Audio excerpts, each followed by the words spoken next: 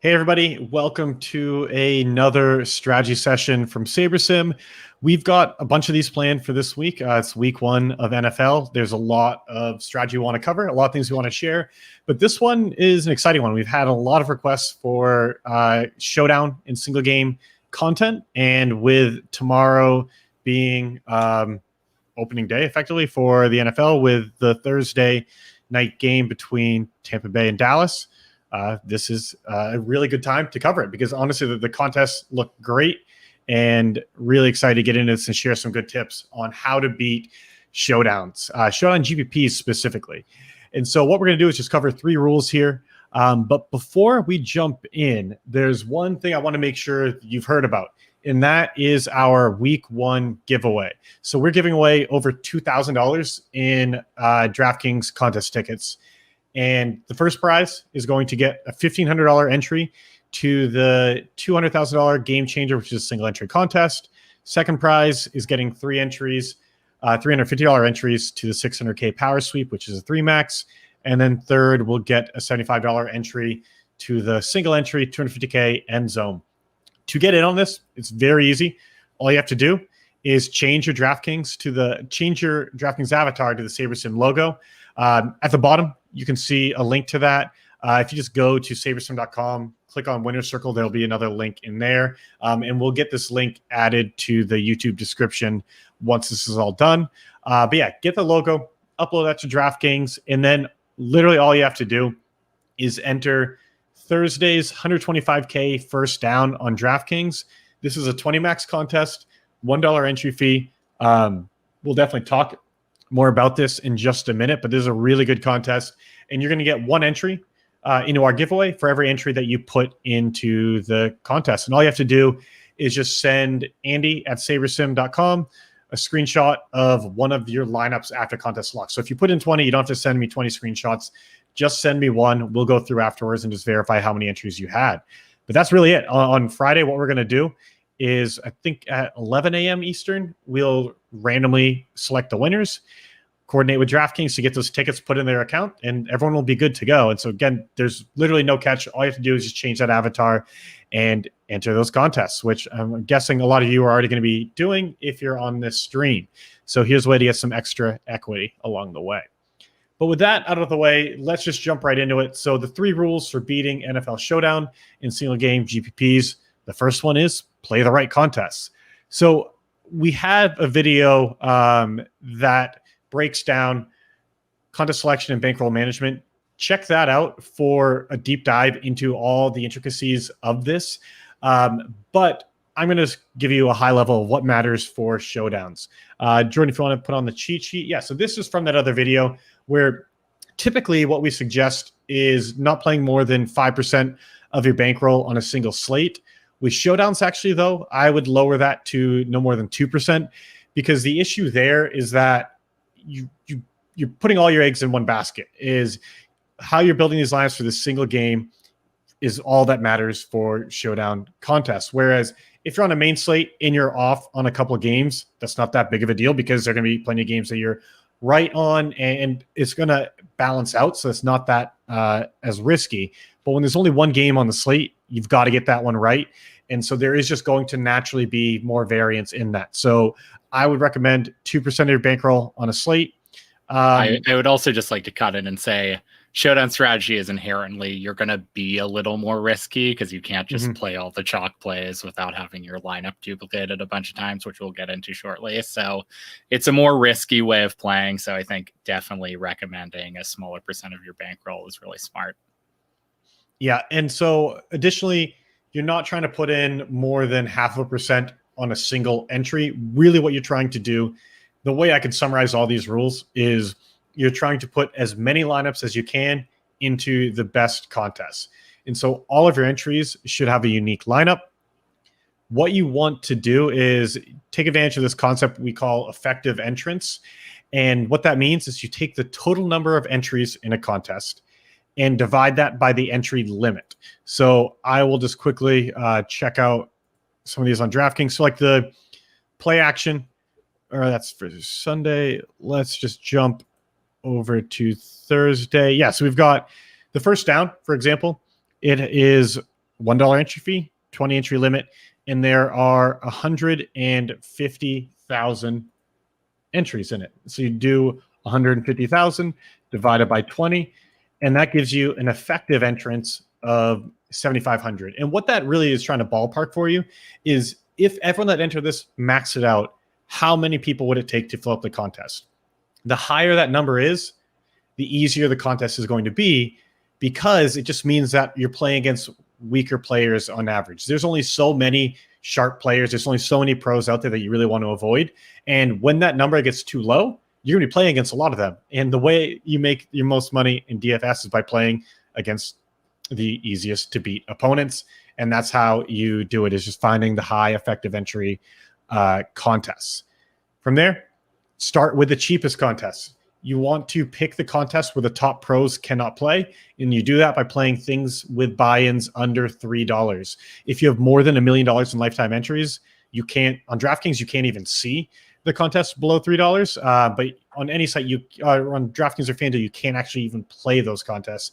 So that will just naturally remove the sharpest players from your contests. You're going to build that low-risk foundation of really just trying to spread out your contests, your entries as widely as you can, because these are high variance contests. You want to have as many shots at a big prize as possible. So start with that foundation of 20 max. Then from there, go to single entries and 3 max and so on. And I just don't even mess around with cash. For football, there is some argument for it. For main slates, I think it gets pretty dicey. On showdown games, I'm sure there's some people that can get an edge there, but you're going to have such a higher ROI if you focus on these best contests. And to show you, kind of put this into practice, like what exactly I'm talking about, I will actually just share my screen now and literally just register for the contests for Thursday. So on the main slate, I'm honestly usually just playing around like $250 to $500. But for showdowns, I'm going to cut that in half, or almost maybe a little more. So I'm going to keep it around $150. So let me just bring this up so you guys can see that. What I'm looking for is, like I was saying before, is start with that foundation of good, profitable 20 max contests. So you've got a lot of lineups in there. So for us, the ones I really want to focus on are going to be, let's see, let me get this lower. This quarter jukebox and the dime package. These are amazing contests. They're pretty cheap to max out. So they're both 20 max. So that means you can max out the dime package for $2, the quarter jukebox for $5. And this is a great way, if you're not familiar with putting in more lineups, this is a great way to get familiar with it. And it is also just a good way to get a bunch of entries in there, because there are some good prizes in there, and the ROI is going to be massive in these contests. And so I'm just putting in a dummy lineup for now to reserve my place. And then if you haven't seen how to reserve entries before, this is the easiest way to do that. So put a dummy lineup in, go to bulk enter. We'll get our filters back. And so I want to max out the quarter jukebox. I guess I can only do 19 more there. And the dime package, that gets me to about $7. We'll 7 with that other entry. And now I'm going to look at the single entries, because these are the ones that are just going to have a very high ROI, because all the pros are going to be on the same playing field as all the recreational players. They only can put one lineup in. So the average player is just going to be much worse in these. So we've got, I'll sort first by this, then I'll close out whatever they're trying to tell me about. On DraftKings. So what I do actually is I usually search for single. I'll bring up the single entry. So I'm going to put in this daily dollar. There aren't any other like super cheap ones, but this single back is a 3 entry max. It's got about 3,000 effective entrants. I'll put 3 in there. So yeah, this has me at like $11. Now let's look at some of the other good ones here. All right. And so what you can do is just type in things like 20 entry. And so this is that contest that I'm talking about. This is the one where all of your entries in here will give you an entry to our $2,000 plus dollar giveaway. I put 20 in there. This one may seem like a good contest. It's only $2, so it means the top pros can't play it. But with less than 3,000 entries, this will be filled by 150 people maxing it out. And I can guarantee you there are 150 sharp players at these stakes who, it's not necessarily that you can't beat them, but when there are so many good contests out there in football, you don't want to make things harder than they need to be. Like, I would expect the ROI in this contest to be at 3 times higher than in this smaller one. And so it's all just about finding ways to give yourself the best opportunity. So let's look at a little bit of higher buy-in, single entries. We've got the pylon, and we've got this huddle. And then, yeah, I don't want to go too crazy on these, but I'm comfortable going probably like up to $20-ish or so on single entries for these. So there's this one that is a 15. It's got 4,000 effective entrants. I'll play that. Now let's look at some of the ones that are actually outside of the single entries, but some other ones that top pros can play in, but there's still going to be some good options here. So we have this. Let's see what we've got. Look at some of the 3 max, 3 entry. Yeah, so this cover 4, top pros can play in it, but there's enough where I think this is still going to be a decent edge contest. So I'll put 3 in that. But now what we'll do is, yeah, these 20 entries. So we've got these 2 play actions. Some people, honestly, I know a lot of players will choose this smaller play action one. They're thinking, okay, I don't have a great chance at winning either of them, but there are almost 10 times, I guess probably 6 times as many people in this larger one than the smaller one. This one has 120,000. This one has 20,000 entries. And people are going to often choose this smaller one because they feel like they have a better chance at winning. And honestly, that's a mistake. You want to find the contest with the highest effective entrants, because that will, again, make sure that your average opponent is going to be weaker. And this one has, again, 6 times as many effective entrants. And so, yeah, you're probably not going to win this. But when you look at some of these contests and compare them to like the Millie Maker, it's a relatively flat payout structure. You're getting 10% to first place. Some of them even go below that. And the payouts go down pretty steadily. There's no massive jumps. It's not like it goes from $1 million to 100K to 10K. It's pretty steady. And so, yeah, we do ultimately want to win these contests. But the payout structure is flat enough and the opponents are weak enough where our ROI is going to be high enough that we can still profit without winning this. Whereas in the Millie Maker, it's going to be very hard to profit in the Millie Maker for a year if you don't win it. And with these smaller stakes contests, that's just not the case. So I'm probably, for now, I'm just going to avoid this smaller one because it technically is like close enough where we could play that. But I'm not sure how much I want to put in. So for now, just going to do this larger play action. And honestly, that gets me to like about $125, and I'm okay around that. I did see that there was some King of the Beach there's at least one King of the Beach qualifier at the small stakes. And if you're not familiar with that, it's just a live event where it's going to be down in Florida at a nice resort. You can play for a lot of money. These are always fun to go to. And so this to me is kind of like a lottery ticket. It's effectively a winner-take-all contest with 12,000 entrants. So yeah, like this isn't necessarily a smart bankroll play, but it's $5. I'm okay getting a fun lottery ticket there. And so that's basically it. Like that's what I'm going to be playing tomorrow.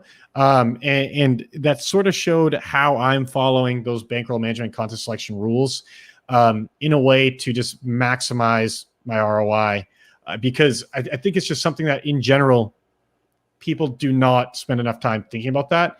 And that is by far going to be the fastest way to double or more or triple your ROI. And so always make sure to get the right contests in the right lineups in the right contests. But yeah, that's it for the first step. Jumping to the second one, focus on game scripts. And if anyone has questions, feel free to dump those into the chat. We've got a lot to cover, so we might save those until the end, but we're going to be keeping an eye on that. So if anything does come up, you have any questions, anything's confusing, just let us know.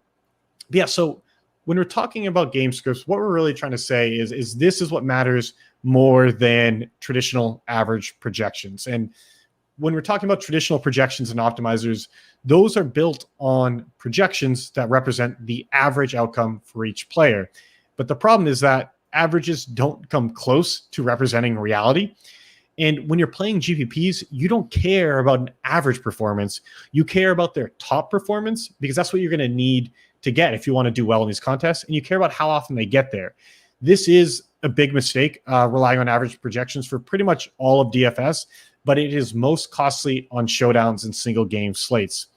If you want to build strong showdown lineups, and if you're here, you obviously do, rather than just thinking about averages, you need to think about game scripts. And what that means is just figure out the ways that a game could actually play out and who benefits in each of those scripts, and then build your lineups around that.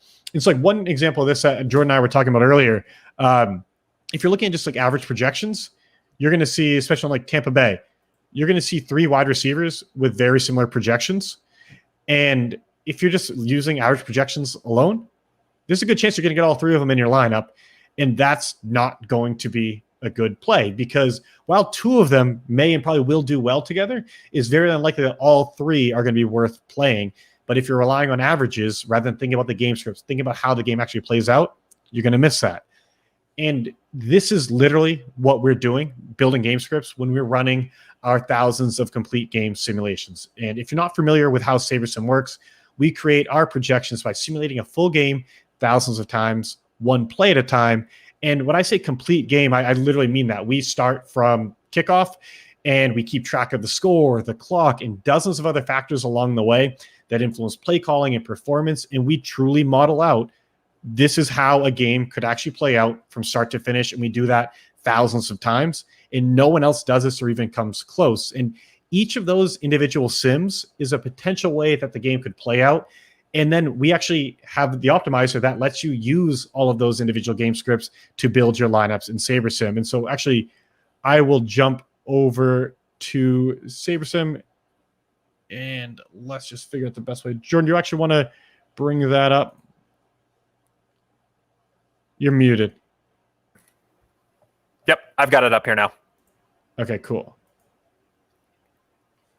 Perfect. So our process is fundamentally different than traditional optimizers. So with other tools, your process is primarily centered around doing everything that you need to do before you actually build your lineup. So you're setting a ton of rules, you're getting everything configured just right. But with SaberSim, and especially on showdowns, the vast majority of your time is going to be spent after you've built your lineup pool. And we'll show this in just a minute, but your pool of lineups that we're going to give you is essentially filled with hundreds of viable lineups to choose from for showdown contests. And your goal is to add value by choosing the right ones. So on the home screen, you're going to see what we project each team and each player to score on average across our thousands of sims. And by showing these average numbers, we do make it easy to compare teams and players. But when we actually build your lineups, we're not using those averages. We're actually using the raw sim data. So Jordan, if you want us to open up the build settings. So what you'll see here is you'll see, first and foremost, our sliders.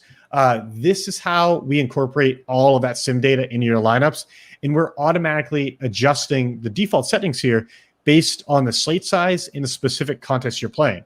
So you tell us what contest you're playing, we'll adjust the sliders, and you will see very different options if you're on a showdown slate versus a Sunday main slate, because both types of slates have a very different approach if you want to build strong lineups. So the one I want to call out here is sim variance. This should be called smart diversity. But what sim variance does is for every lineup that we build you, we randomly choose a bucket of sims and use the average of how players perform across those sims for the projection that goes into that lineup. So if you turn sim variance all the way off, what that means is we're going to include all the sims in the bucket.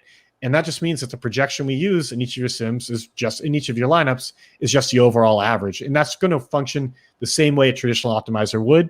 We do not want to do that for showdowns, but this can be useful for cash games. And honestly, that's really about it.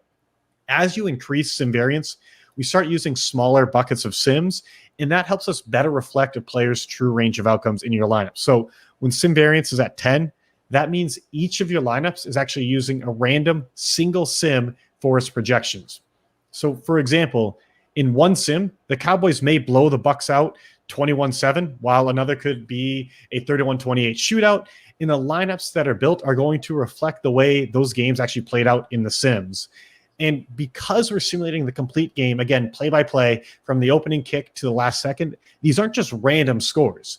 These are based on the actual likelihood that these games are going to play out that way. So honestly, most sims are probably going to be pretty close to what we're predicting, what Vegas agrees with, is like a 21-30-ish score.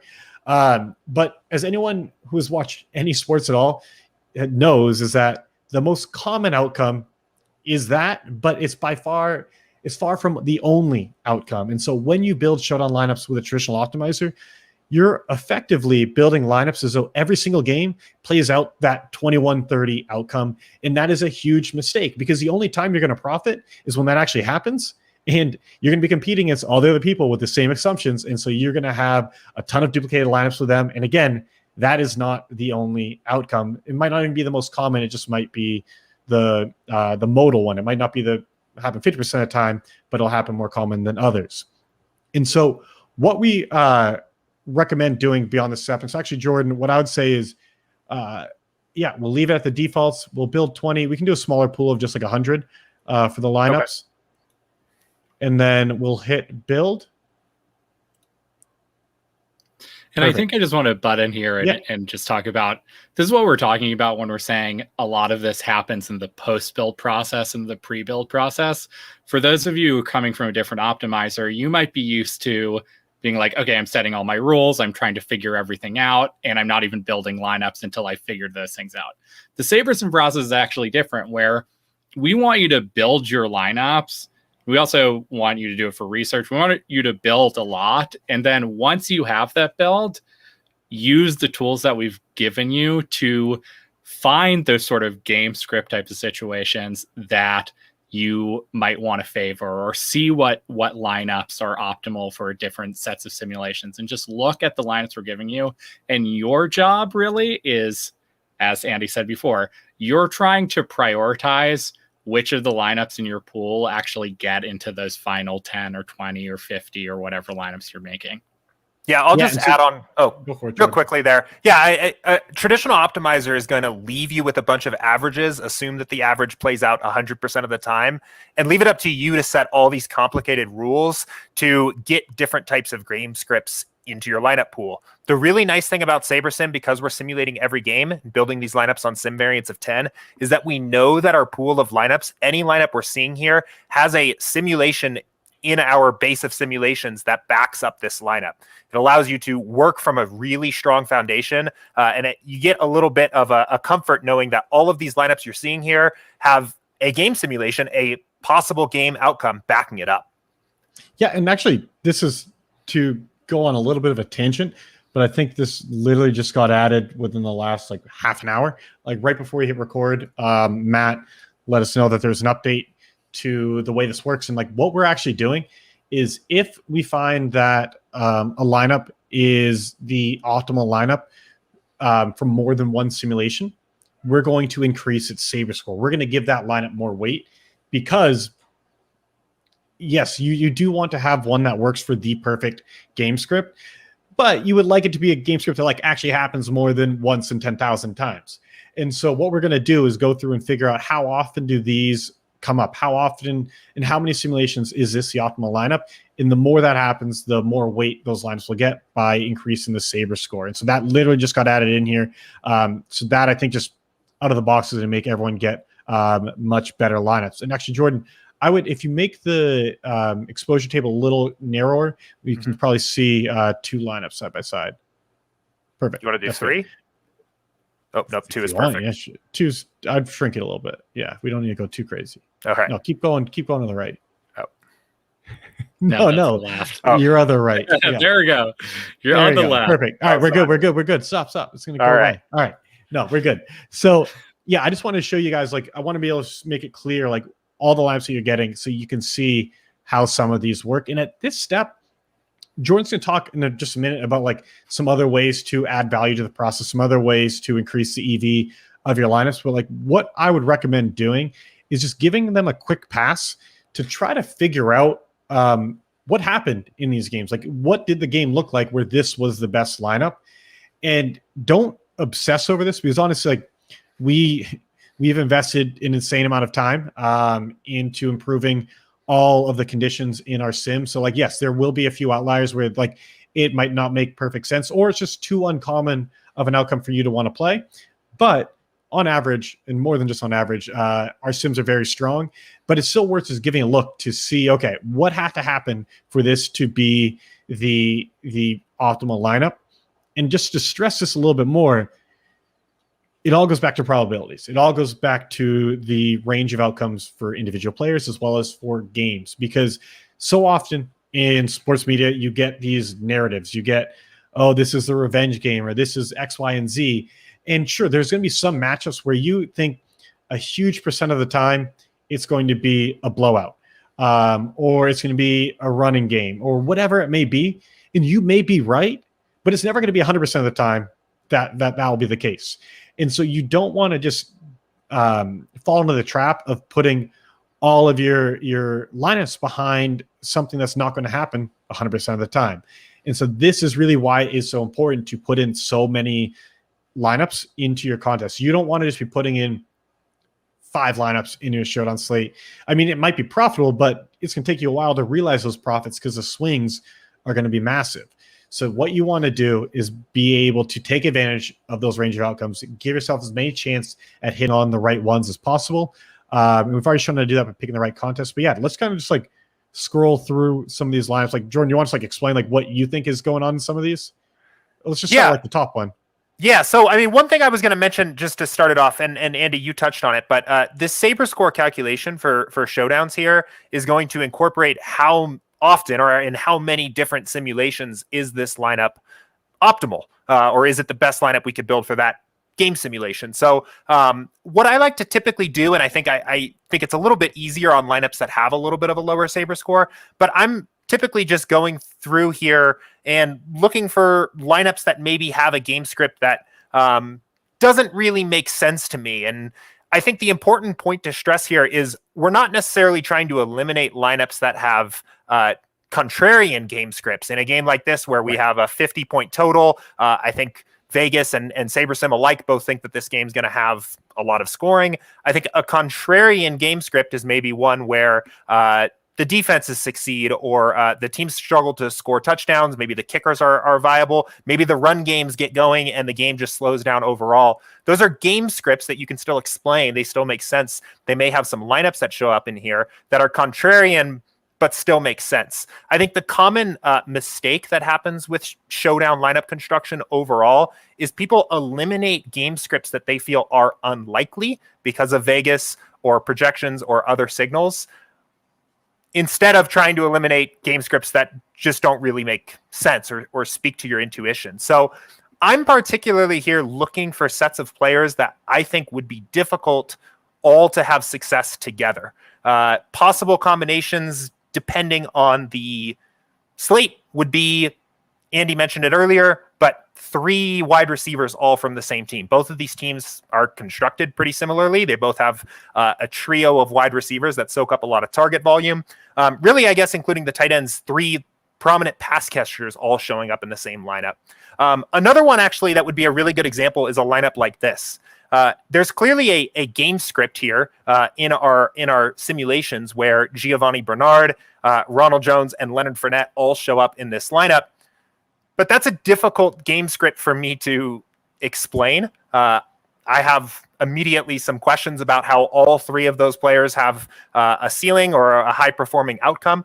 I might, as we're just diving in here initially, check this one off and just remove it from my pool and keep kind of moving forward. Typically what I'll do is I'll go through and do this for a bunch of different lineups, check off a bunch of lineups that don't maybe make sense for me, and then refill back up to 20 lineups, which will move in the next best lineup, the next SaberScore lineup into the pool and continue going. But Max, I know you have some thoughts about thinking about these game scripts and that you do some similar things here on step 3. What does your process look like here? Well, so absolutely. I think what Jordan is doing is a key part of the process. I think other things is sometimes I'm kind of looking to get in specific types of lineups, right? So I like to think about before maybe the game is played, like what are some, the theme of this video is game scripts. What are some game scripts that I think can play out and maybe be more likely than people think, or even a model thinks? And then try to sort of search for them, eliminate some lineups and then search for new ones using our filters tool to get them. One thing that came to mind, and I don't know if this is going to appear, so this is sort of an interesting one, but I was thinking, an interesting thing would be Ronald Jones, who is like very, very game script dependent. If Tampa Bay is down in the game, he probably is not going to play somewhere in the captain, or at least just paired with Tampa Bay's defense. Now it's possible that we won't get that, but if you build a bigger pool size, you would.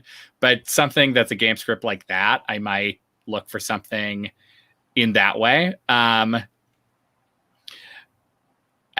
don't know why you put that at 100 lineups. I would just search to see if there's a lineup in the pool with the Tampa Bay defense. Yeah. Or something else is like, Fournette and Bernard in the contrarian side is, if Dallas gets to a big lead, they're probably going to play more, right? Or maybe Gio Bernard specifically. So maybe there's a certain situation where you want to favor a lineup with Gio Bernard actually going against Ezekiel Elliott or something like that. So basically thinking about, okay, what are some sort of like coaching things that are going to be hard to quantify in the data, especially in week one, right? We have a new situation in Tampa Bay where there's 3 running backs who are probably going to play.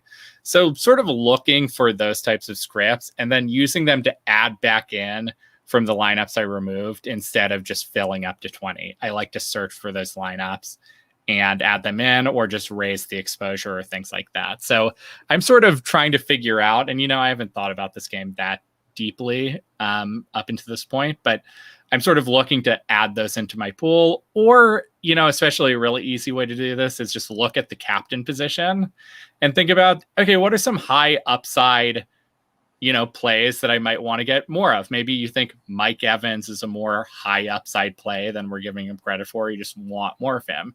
You can either raise his min exposure, or you can, again, use the filters tool, look through the pool and see if you see a lineup with Mike Evans and the captain that sort of fits your narrative, something that you really like. So I think those are another thing that I sort of look for. I personally really like playing with the exposures in the captain spot, because I think that's going to be a spot where if you're favoring some players that you particularly like or think have sneaky upside or something like that, that's where you're going to get the most edge, because their projection is obviously going to be multiplied by 1.5. So that's it. That's another area that I'm going to. Yeah, and so just quickly, I'll touch on a couple of questions that came up.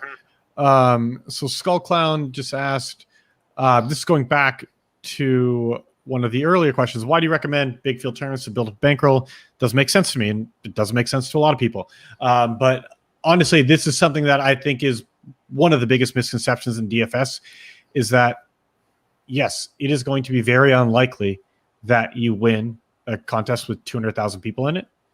However, it's pretty unlikely you're going to win a contest with 20,000 people in it too. As more people get added to the player pool, as there are more effective entrants, meaning there are more people that it takes to max out this contest, the average player just logically has to get worse, because there's only so many sharp players. There's only so many winning players out there. And so you can assume that those sharp players, those winning players, are taking up some of the first entries into any tournament. And so when you just have 100 effective entrants in a tournament, you can it might be $1 buy, and there's a lot of daily dollars, like small tournaments that are $1 single entries with 100 people. They're probably not like horrible to play, but I don't think they're that high of an edge, because there are definitely 100 people that are profitable players that can play that contest. And the profitable players, the ones that are most serious about this, are the ones that are always looking in the lobby, always registering everything they can get. And they're going to be taking up a disproportionate amount of those entrants. But as you start getting into thousands of effective entrants, there's only so many of those players that you're trying to avoid.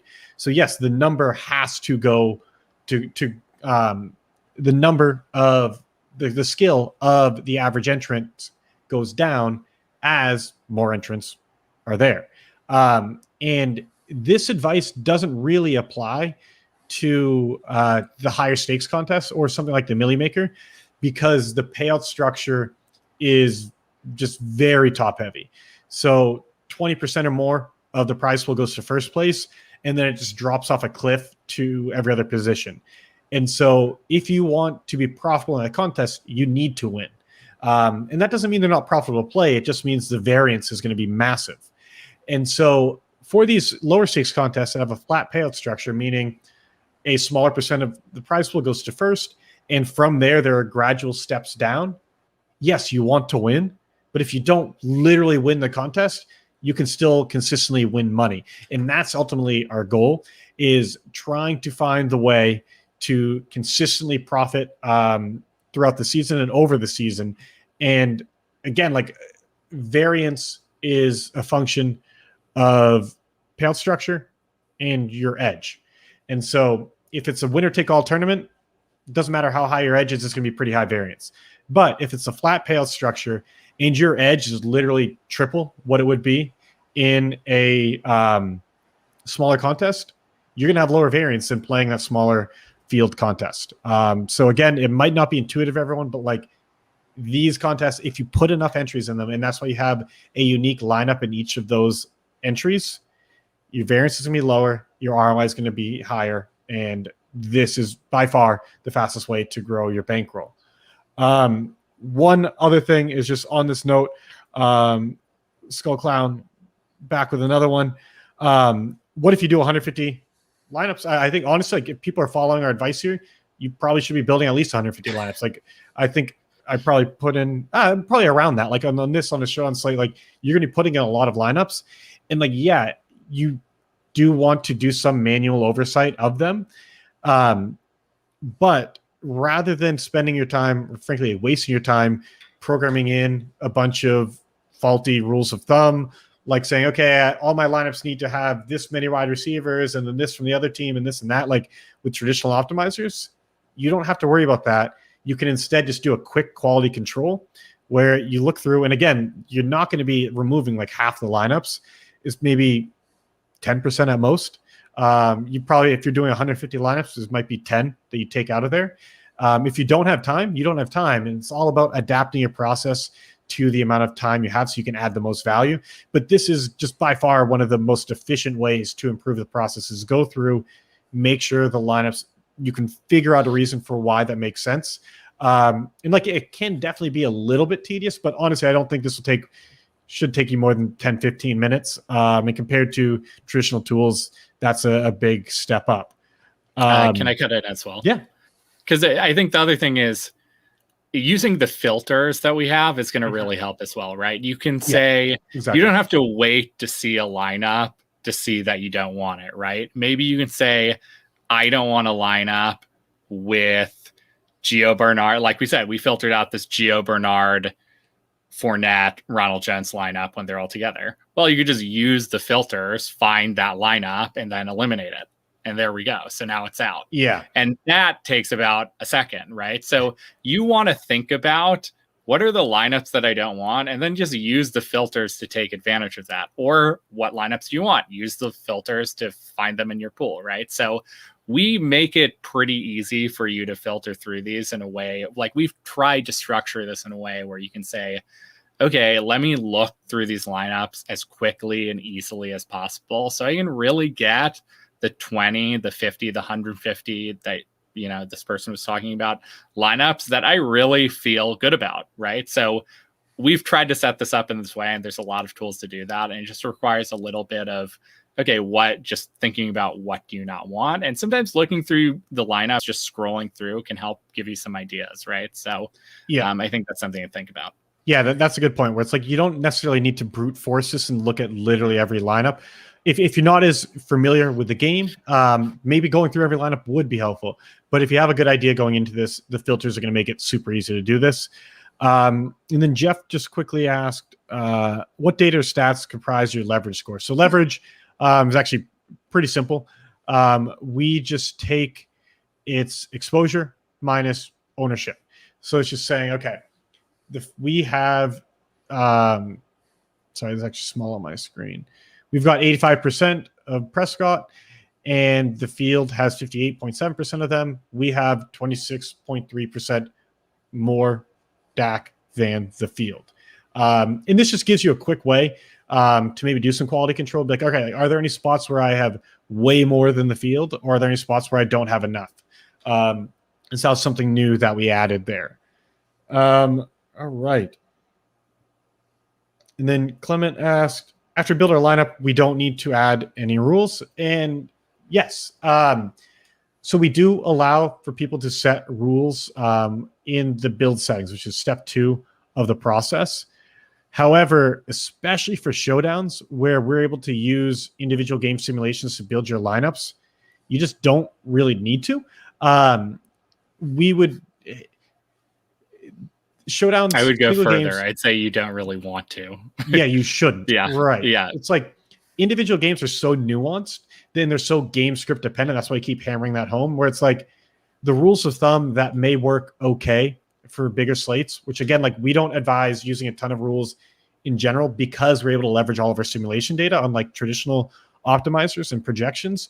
But for showdowns, it is just so dependent on the game script that any rule you put in, it won't apply to the next showdown slate, to the next game, or whatever it is. Like you're going to have to adapt them for each game, each team, each matchup, all of that, like the weather, all those things where it's like leverage our simulation data and then don't worry about the rules. And so instead of spending all of your time on that and just fighting the tool to get something that makes sense, you can then come in here and just do the quality control of making sure things look good, finding ways to add value. But yeah, for showdowns, no, don't use the rules if you're using SaberSim. Yeah, let's quickly now transition. Quickly, because I'll show this slide for like a minute before jumping back over to SaberSim for Jordan. And so what we're doing is what Rule 3 is really saying is don't dupe. By that, we just mean like your goal is 1, create lineups that follow the game script, but 2, make sure not everyone else has the same lineups as well. And yeah, Jordan, do you want to take over from here?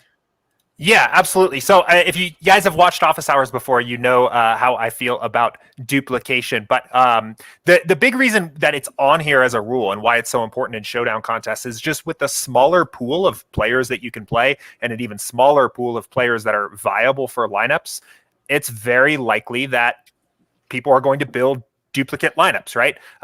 Just from a pure mathematical standpoint, that's going to happen more often. But the reason why it can be really dangerous in these contests is because it immediately is going to have a negative effect on your ROI and your expected value for the contests. Any lineup that you enter into a contest has some win equity or some probability of landing in the payout positions for that contest. Your expected value of that lineup is essentially the probability of it landing in a certain spot times the payout when that event happens. If you're duplicated in that lineup, the payout that you get for that particular outcome immediately goes down, reducing the expected value for that lineup.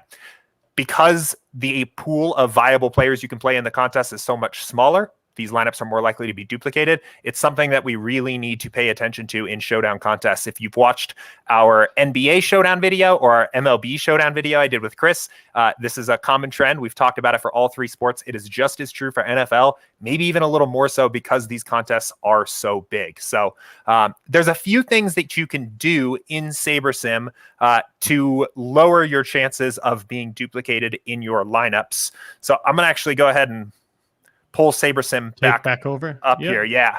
I got it. Perfect. Cool. So there's a few things that you can do. One of the very first easy kind of blunt tools that you can use to reduce your chance of being duplicated is to make use of this max salary setting in the build settings here. So one thing that you'll see that's very unique for NFL showdowns and doesn't show up in a lot of our other default settings is that the max salary has actually already been lowered 100 less than the actual salary cap on DraftKings. There's a great deal, a large percentage of lineups overall are built using the maximum salary cap, especially people that are going to be building lineups by hand or using traditional optimizers that are going to be attempting to pack as many average points under the salary cap as possible. where the chance of those lineups winning the contest is actually much lower than the rate at which those lineups are played. This is even true at sometimes a little bit lower salaries. And one thing you can do here is, first of all, either just let it be 49,900, which is the default value, or tick this down a little bit more. Sometimes if I'm playing the largest field contest possible, some of the ones like Andy pointed out here at the start of the show, I'll bring this down even to low as 49.5 to avoid duplication with a lot of those lineups that are very likely to be built at the maximum salary range. The main idea here is that while in NFL, a player's points are more correlated to that player's salary than a sport like baseball, it's not as extreme as in a sport like basketball. We can afford to sacrifice a little bit of salary in our lineups without dramatically reducing the win equity of these lineups, and very much so reducing our chance of being duplicated. So that's one thing I will do there. I'm actually going to go ahead and just let a very quick fresh build run here at the lower salary level, and I'll talk about one other way I like to avoid. Yeah, and like just to be clear, like I think if you're watching this and you're not using SaberSim, like I would use it, especially if you're playing showdowns. But if you're not, the easiest thing you can do to just get more of an edge in a showdown is lower the max salary. I forget, we did the math a bit ago. I don't have it in front of me, but any lineup that uses a full salary is, especially in a bigger contest, is practically guaranteed to be duped many times. And it's one thing to have a lineup that's duped twice, maybe 3 times. If it's a really good lineup, you still don't want that. But if it happens, it's going to be okay. But some of these lineups are going to be duped 50 times or more. And it's almost going to be impossible to make money with that. And like, yeah, it's always funny when you see the 100-person train win a contest. Like, you don't want that to happen. If that happens, like, yeah, it worked out that time, but your equity for that lineup is horrible. And if you knew, I frankly don't care how strong the lineup is. If you knew 100 people were playing the same lineup before you put it in, you would not put it in. That's just how important it is to avoid duplication. And the easiest way to do that is just lowering the max salary. Yeah, absolutely. Yeah, especially in these big DraftKings contests, you regularly see some lineups, very easy to construct lineups that have high points per dollar players will be duplicated 100 plus times. The one other way that I will experiment with trying to avoid duplication is my exposures and the players I'm using in the captain spots. The captain being a unique position of getting the 1.5 point multiplier, also the 1.5 salary multiplier. It is more likely, especially for players that are using average projections, building lineups with the traditional optimizer, to emphasize players that just have higher average projections. What that typically means on your average showdown slate is going to be the quarterbacks, right? Yes. Exactly. Sorry, yeah. The quarter. Yeah, I was thinking the same thing. Yeah. Right. Sorry. Yeah. So a traditional optimizer that's trying to pack as many points under the salary cap in as possible is almost always going to use a quarterback at captain, because you get the 1.5 multiplier on the largest overall point. But I think the other reason for this as well is that the quarterback is correlated to a lot of positions, so it's a very popular play. I'm sorry for cutting you off again. No, please do. If you have anything to add, yeah, that's great. Yeah, just you have to think about how people are constructing lineups, right? Is they want a lot of correlation in their lineups, and the quarterback's the easiest way to do that. They're the highest projected player, and we're talking about lineup builders using average projections for the optimal lineup. So that, Jordan's absolutely right. The quarterback is usually going to be the most popular captain, and diversifying out of the quarterback is going to help you quite a bit with these. And just to completely derail Jordan a little bit.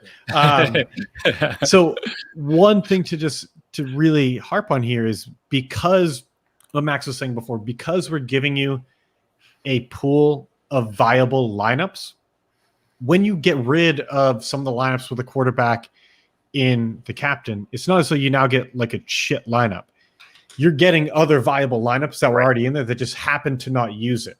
And so that's where, like, starting with that really strong foundation of viable lineups is so powerful, because you can pivot away from people without giving up much equity, without just saying, all right, like, this just broke all of my rules. I now have to go to, like, force in some weird lineup that just, like, doesn't have the quarterback in there, and there's not a great way to do that with a traditional optimizer. Whereas with SaberSim, because you have that pool of viable lineups, what we do, and we didn't really touch on this in this video, but we have others that go more about how SaberSim works. When we build you your lineups, we're building you a pool of lineups much larger than that, so you can quickly make these edits to exposures. And yeah, so in this one, we just built a pool of 100 lineups. And so if I lower Brady from 40% to 20%, what it's going to do is just search through that pool of lineups to remove. It's going to remove 4 with Brady to get down to 20%, and then find 4 new lineups, the best 4 lineups in that pool that don't have Brady in the captain. And so this is really where a ton of that power comes from here. Yeah, and it's another opportunity. I know, talking about the leverage column from the question before, it's a good opportunity to use this column here to kind of make a relative understanding of what your stand is on that player. So, I mean, somebody like Brady, I actually maybe even would go down as low as 10%, which is going to drop me down to about half of what we expect a field to be at. And then you can kind of use this leverage score, this negative leverage score in this case, to make a determination of how leveraged against the field you want to be on Brady captain lineups here. I would probably do something similar a lot of times to Dak in this case. Maybe we drop him down to 10% as well. And you're going to see we're going to start getting a more diverse pool of captains, right? These are still very high ceiling players. These are players that can absolutely pay off their salary and their roster position at the captain spot. And we're going to get lineups that are a lot lower chance of being duplicated. Again, what's really nice here is that you don't have to be left with the guesswork of figuring out how these games are going to be playing out. And I just can't even overstate how important that is, especially as the season goes on, when you've got the Thursday night showdown game, the Sunday night and the Monday night showdown game. All these teams are very different. They play against other teams differently. The teams are going to change their rosters and who's getting playing time throughout the season. There are going to be slates where it does make sense to roster a QB at quarterback. I know there were slates last year, especially when guys like Lamar Jackson or Kyler Murray or Josh Allen, these quarterbacks that can put up a ton of points on the ground as well as through the air. Maybe sometimes this doesn't make as much sense. And you can use these pools of viable lineups to kind of determine what makes sense. What do the lineups look like when I start lowering the exposure of highly owned players at the captain? Do those resulting lineups start to make sense, right?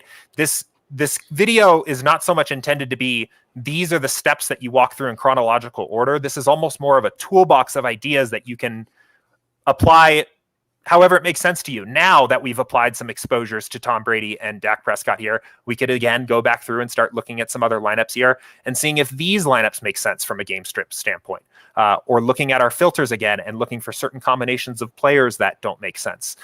There's just a lot of power here. You can apply these different strategies in whatever order and to what extent makes sense for you and your process. And just know again that you're working from a strong foundation of lineups resting on game simulations. Yeah, and just phrase it a little bit differently. When it comes to that foundation of strong lineups, is that like when you remove a Brady or a Dak captain lineup, what we do is we say, okay, like, yes, there are obviously going to be sims, there are obviously going to be games scripts where they are the best play to having captain.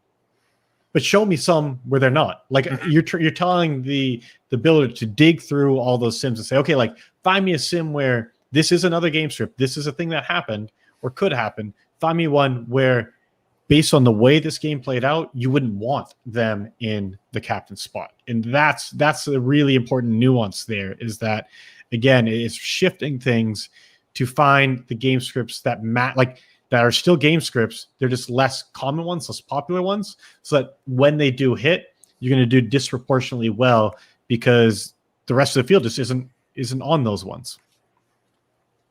And so jumping back in to some of the questions. So JT asks, is there a way to tell the sim to only use one running back from a team? Wouldn't multiple running backs have negative correlation? And so actually, like, what would be helpful, Jordan? Can you find Fournette and click on him, or literally just how about Ronald Jones? Yeah, that's fine. And so this is where, frankly, a lot of old rules of thumb are wrong. Do you want 3 running backs on the same team? No. But 2 often can be fine. So because we're simulating out every single game from start to finish, play by play, thousands of times, we're actually able to very accurately measure the correlation. And for 2 running backs on the same team, they're almost always negatively correlated, but not as much as people would expect. And so having 2 running backs on the same team, especially in a showdown, in a main slate, you wouldn't want to do that just because there are going to be so many positive correlations that you can work in your lineups. But on a showdown, you just don't have that many options. And the negative correlation simply isn't that strong. And the way correlations work is they're not saying that these players can never do well together. If the correlation was -1, that's what that would say, is that literally for every point this person scores, the other person loses a point. When these are minus 0.05, even minus 0.1, yeah, that's not good. But there are going to be plenty of game scripts where those 2 running backs both have a good game. And so you don't want to just blanket set rules in that exclude something so broad. However, I think one thing to add on that as well is that correlations do in a way compound. So going from 1 running back to 2 on the same team isn't that big of a deal in a showdown. Adding that 3rd one, it's just you keep cutting off the game scripts where this could happen. I am sure there is some game script where 3 running backs just all go off, but that is so rare you don't want to build lineups around that. But the 2 running backs on the same team, I wouldn't necessarily target that, but I wouldn't be that worried about it in general. Anything you guys want to add to that? I would just add that, the reason I think Andy's point is great, which is basically just because 2 players are negatively correlated doesn't mean that they actually can be in an optimal lineup, right? Tom Brady specifically is the check down king. He targets running backs quite a bit. So it makes sense that we're actually getting double running back lineups with Tom Brady. And, the point of you doing quality control is so you can use your own judgment and your own brain and all the things that you are normally using with DFS. Wait, this is not SaberSim. You don't have to work anymore, right? We want you to use SaberSim as a tool that is going to allow you with your own judgment and work to get some really great lineups. And part of that is going to be you looking, especially with Showdown, is going to be you looking through these lineups, using our filters, finding out what you don't want, and just removing them, right? It's similar to a process of setting a rule where it's I just don't want 3 running backs on the same team. I don't want 2 running backs on the same team. That's fine. A lot of people do that, right? So you can do that. That's great. It's just a slightly different process. We think it's just as easy. And the benefit is that instead of having to set all these rules so you can jerry rig some thing that will give you some semblance of lineups that might actually win a GPP, we're giving you a list of lineups that based on our simulations, we think have a good chance of being the optimal lineup given a certain game outcome. And then we're leaving it to you to say, okay, do I buy what SaberSim is giving me? And if you don't, that's great. Eliminate that lineup, filter it out. If you want more of a different thing, get those lineups in, use it as a tool. And I think you're going to realize that this process is actually a lot more profitable than a lot of the old processes that you might be used to. Yeah. And one thing I just want to really focus on is that I know a lot of sims are almost it's the buzzword in DFS right now. A lot of tells are talking about them. And what I want to stress is that not all sims are created equal. And frankly, the other sims that are out there are not in the same ballpark as ours. No other site has a complete game sim. And so what that means is they can run simulations, which are little more than random walks through the plays, but they're able to see, okay, yeah, if we randomly simulate this out thousands of times, here's the different outcomes. And that can show you decently accurately projections it can show you decently accurately percentiles of, say, okay, this player is going to hit this score 5% of the time. It's their 95th percentile outcome, but it cannot give you a game script. It can, because it is not, no other simulator is literally walking through and simulating every single play. No other sim is monitoring the clock, is looking at how all this stuff affects play calling, everything else. And because we're able to do that, because we have spent so much time working on this, and we continue to hire people and continue to invest time into work on this, that's why we're able to give you these game scripts. And this is the best way of just showing the power of a complete game simulator, because you're going to get lineups out of the box on Showdowns and ceiling game slates that make sense. Will 100% of them make sense? No. Will 95% of them? Yes. And we're going to keep working and get that percent higher and higher, and giving you tools to make it easy to filter out the ones that don't quite work for you. I'd also add that, you're going to see, like, simulations is certainly a buzzword, and you're going to see people who simulate things, right? But then they'll use it as like a tool, right? It'll be like, in our simulations, this player outperformed 30% of the time, blah, blah, something like that, right? But then you go to a traditional optimizer. Yeah, now I'm going to put in all these rules. Right. We're the only product where we're actually building you the lineups based on the simulation. And that goes a long way, especially because no one is building one lineup anymore. You don't want to build one lineup, because if you build one lineup, you're not taking advantage of these really high ROI contests where you can put 20 lineups in, where you can put 150 lineups in.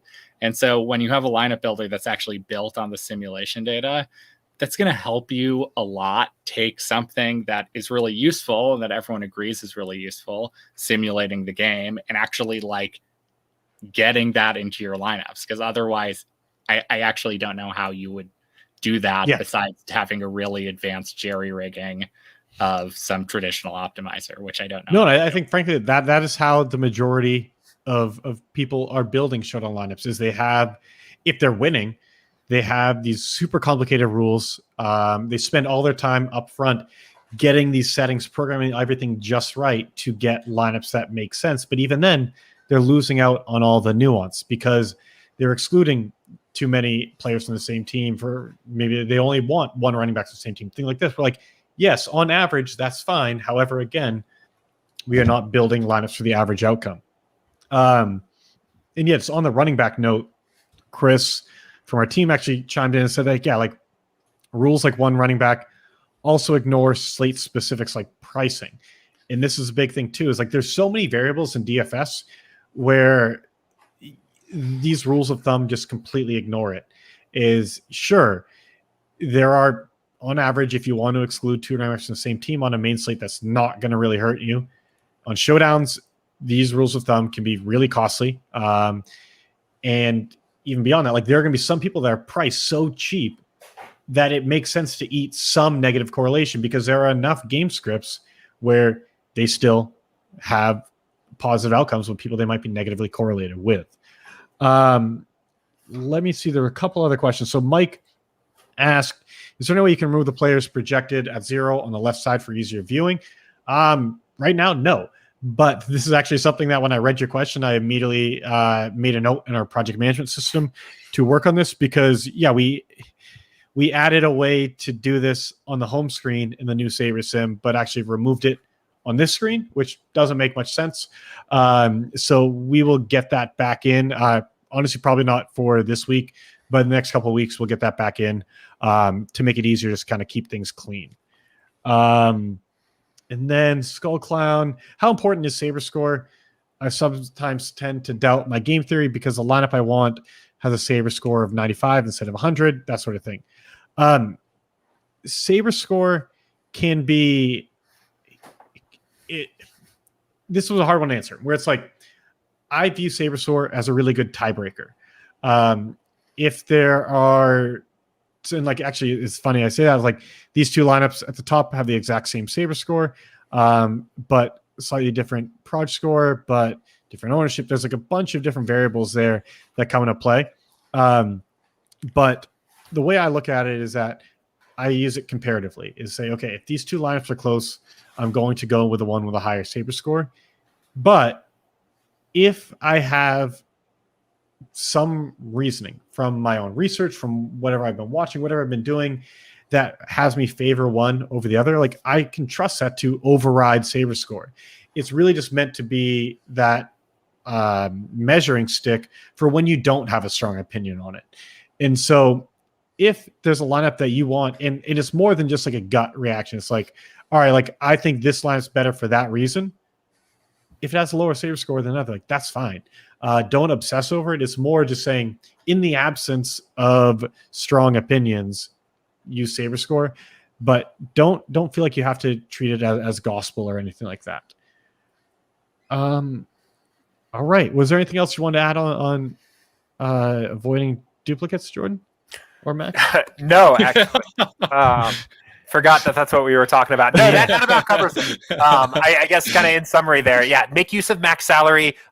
Be willing to drop your max salary down a bit to avoid duplication. And the captain position is going to be your highest leverage spot on the entire lineup, and it can be another really good spot to adjust some of the players that are going to be really highly owned in those positions down, avoid duplication in that way as well. So, yeah, and to summarize all this, it's like your job in DFS, and I think people forget this, is you're trying to make money. And so often people obsess over the settings and the rules and everything else. And I get it. It's like when you're using the traditional optimizer, that's what you had to do. But there's a lot more to the game than that. And people want to find the exact right settings to do this and to do that. And they ignore things like how to limit your chance of duplication. How do I just get myself in the best contests?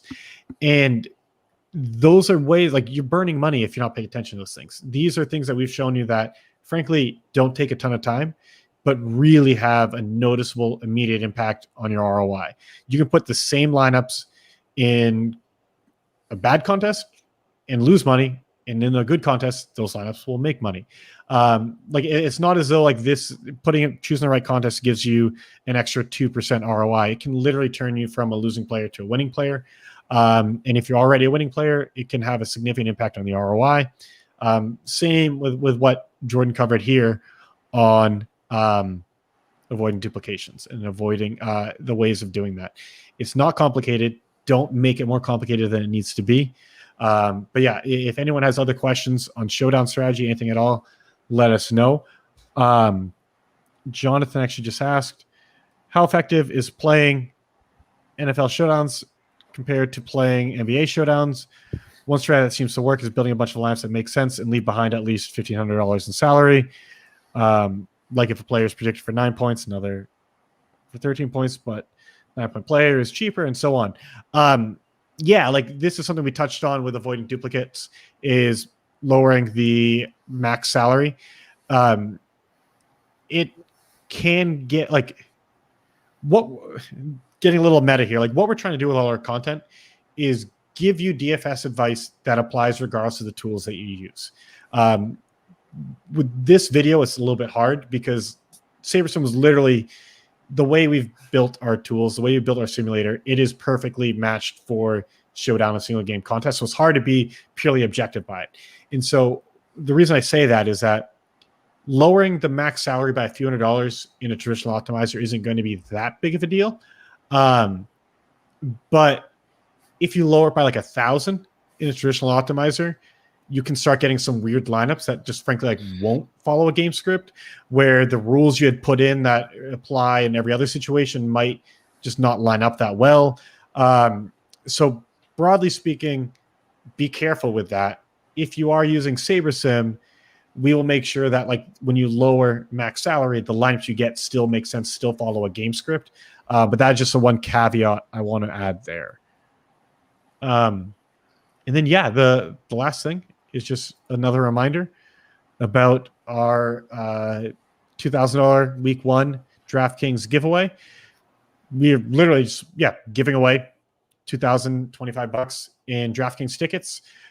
First place is a $1,500 entry to a single entry contest. Second is $350 entries into a 3-max contest. And third is a $75 entry to a single entry contest. To get in on this, all you have to do, change your DraftKings avatar to the SaberSim logo, which you can get at the URL at the bottom of the screen. You can also just go to SaberSim.com, click Winner's Circle, and you'll find a link to that as well. Once you do that, just enter Thursday's $1 entry, 125K, first down. It's a 20 max contest. Like I said, it's one of the best contests on the slate as far as ROI goes. So you should, if you're watching this and you're not playing this, like you're doing something wrong, you need to be playing this contest. And if you are playing it, you might as well change your DraftKings avatar to the SaberSim logo so you get a chance at some extra equity by potentially winning that. So change the logo, enter the contest, send us a screenshot once the contests have locked, and we will get you into it. Every entry you put in will be another entry you get in the giveaway. So yeah, there's a lot we've covered here. If you're watching this right now, I think we've answered all the questions, but if anything else does come up, then let us know and we'll answer those in Slack. But the last thing is that you're here. You probably don't know how to use SaberSim because you're watching this live. If you're watching this on YouTube afterwards, try SaberSim. We have a free 7-day trial. If you're interested in showdowns, there really is no better tool for it. And I hope this video has shown you why that is the case. And again, like we're so confident in this that this is not marketing speak. This is not a gimmick or anything like that. We stand behind everything we say. And that's why we offer everyone a free 7-day trial. So to check it out, head over to SaberSim.com. You can get your free trial started. You can use it for all of week 1. See how it works and ask us questions. We're always happy to help. But yeah, let us know if anything else does come up. But this was a fun one. I appreciate you guys hanging out a little bit longer and bearing with us as we went on some tangents. But I think, yeah, we covered a ton in here and definitely excited to see how this season goes. See you, everybody. See ya. Bye.